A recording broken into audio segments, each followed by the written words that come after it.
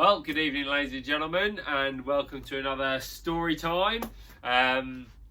Just thought I'd catch you up with where we are today, and we are March 2009. As always, the pictures and shout-outs have been absolutely flooding in. We've got this very youthful-looking young Matt here. Not sure what he's hiding under that hat, but he's obviously got something on there. And he's sent it in, says he's very keen on listening to the articles, and they're teaching him pretty much everything he's learned. So thanks for that, Matt. That's absolutely brilliant. Glad that you've managed to send that in. So let's pick up here with this article. This is quite an interesting one. I like to think they've all been interesting, actually. But anyway, this is a particularly interesting one because it's focused on a little run that I had that was quite successful and focused a lot on being prepared and how to prepare and covering your options, which is quite an interesting topic at the moment. The way I wrote this piece wasn't really specific to preparing, like you might watch the videos of how to prepare hook lengths or whatever, whatever it might be. It was more just the general aspect of being prepared and what sort of things you need to consider and how you should approach your peg. So it's not quite broken down, so I might read this a little bit more, this particular one. Basically, it says since starting the series I've had plenty of ups and downs, and I've tried to add something different to the column all the time. Identifying my strengths and weaknesses has proved worthwhile as my development as an angler, and it had. Actually writing these pieces down I felt was helping me develop. And if you be really self-critical, you then make fewer and fewer mistakes. A good example of that is, if you do something wrong in a match, be honest with yourself. Really be honest with yourself. I remember I went for a little phase, shipping out with my pole cup, and I was being a bit careless, like spilling a little bit of bait with small pots, or, just not being accurate enough and rushing a little bit.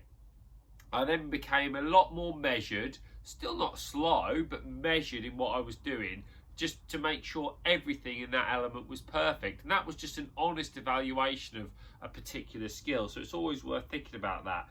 Everybody makes mistakes, everybody. So, we are all human. It's just trying to minimize those as much as possible that can help you. So the draw bag certainly plays its part, as we well know. But I am a firm believer that everyone gets a chance during their fishing career. It's about making the most of that chance when it comes around. Now, in the past 2 or 3 years, I've had particular elements of success in particular competitions. That's probably because I've had the chances in those competitions and I've managed to make the most of them. And that's probably what I'm talking about here. That's how consistency is achieved. And it's also, I've noted down here that making sure my gear is right was a big part of this run. So, at this particular time I was working full-time as a civil engineer, and I was spending a lot of time in the evenings getting my gear ready. And actually, there was a downturn in work, and I went to 4 days a week. That's what we had to do in our office. And I spent that extra day not fishing, but actually getting all my stuff ready, catching up on anything I needed to do and making sure everything was ready. And it meant when I had my 2 days fishing, that at the weekend, I could then make the best of it.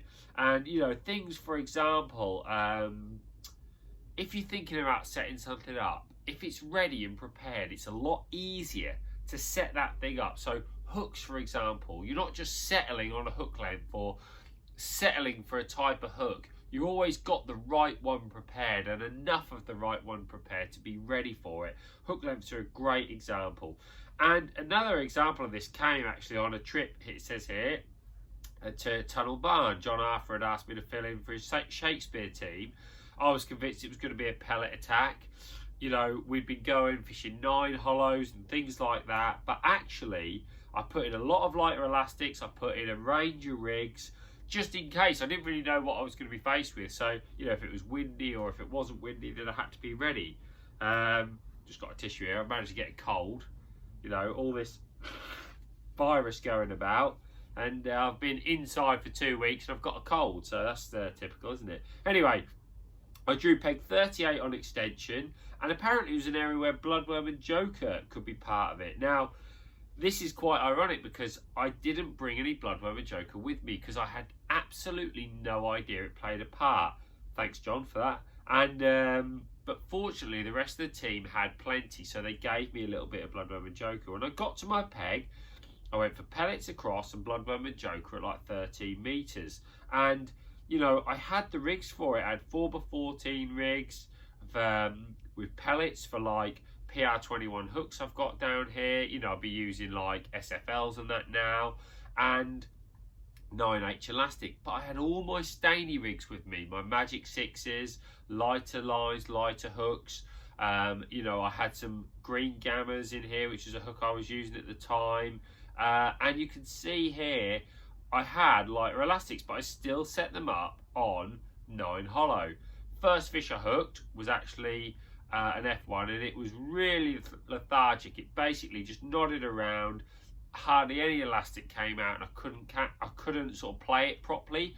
Got off my box, put a number 5 in, and it was a great decision. You've got to remember, these fish weren't as big as they are now down at Tunnel Barn, and I caught really well for the rest of the match on bloodworm and joker on the Magic 6 rigs with a single 5 elastic. I had 28 F1s and 30 roach for £48, which actually won the match, which was obviously fantastic filling in for a team.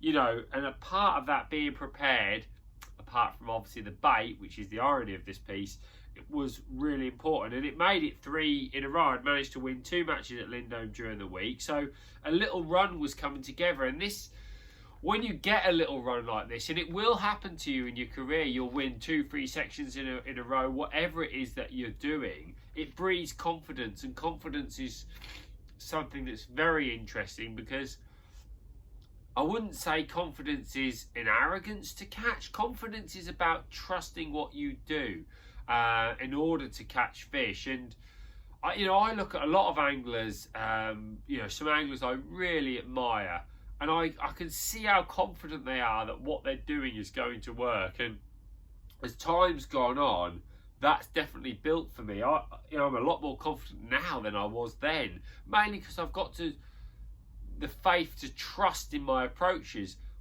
Don't think for a minute that means knowing it all. It's just basically trusting what you do, and then you can judge and change from that point. So it's quite an interesting point that I'm talking about here.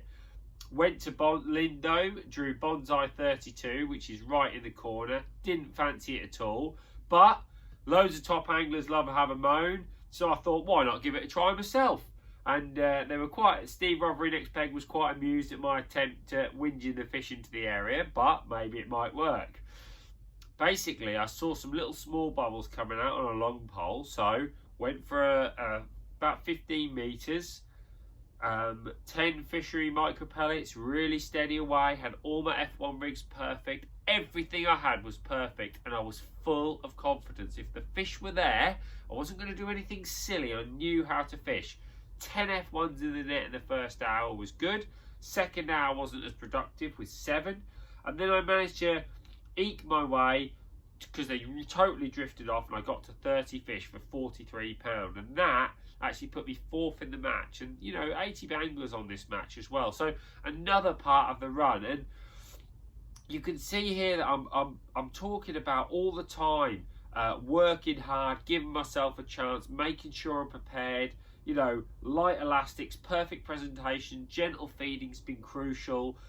All obvious winter traits, but I'm not messing up the peg. I'm just eking every single last fish out of the peg. I mean, there's some brilliant anglers out there at doing it. And, some of the guys that go to Tunnel Barn these days are just absolutely unbelievable. They've been doing it for years. They're really focused on it, and wow, are they good at it. They've got all these sort of elements that I'm talking about here over 10 years ago, refined to a fine art now. Now, you can't win from every peg that you're going to sit on, and a brilliant example was this. I came to the next match, the lakes were frozen, and I had 1 bite all day for 1 fish. Back to the drawing board. But when you manage to get the pegs and the conditions to give you that run, being prepared, hook lengths, fresh elastics, every fish counts. So if you're really ready for it and everything's ready and you make the most of every opportunity, you're stacking the odds in your favour, and that is always what I like to try and enforce in my fishing and tell people to try and make the most of. So very interesting. Like I said, back to catching nothing on that next match, but I could look back on 4 brilliant matches where I won plenty of money and did the business, and then obviously a poor draw. Don't worry about it. Wipe the slate clean, prepare and start again. You're going to get the opposite. You're going to get 4 matches where you catch nothing, and then you're going to get 1 match where you get a result. That's just how runs happen. Keep your head up, keep focused, keep working hard, and I'm sure the results will come as a result. And there was a really good illustration of that here in this article. Very, very interesting indeed. I hope you have enjoyed today's instalment. We'll pick it up again. Probably have tomorrow off and let you catch up if you missed a couple, and then we'll stick one back on maybe Sunday, all right? Hope you've enjoyed it. Stay safe out there. I'll see you soon.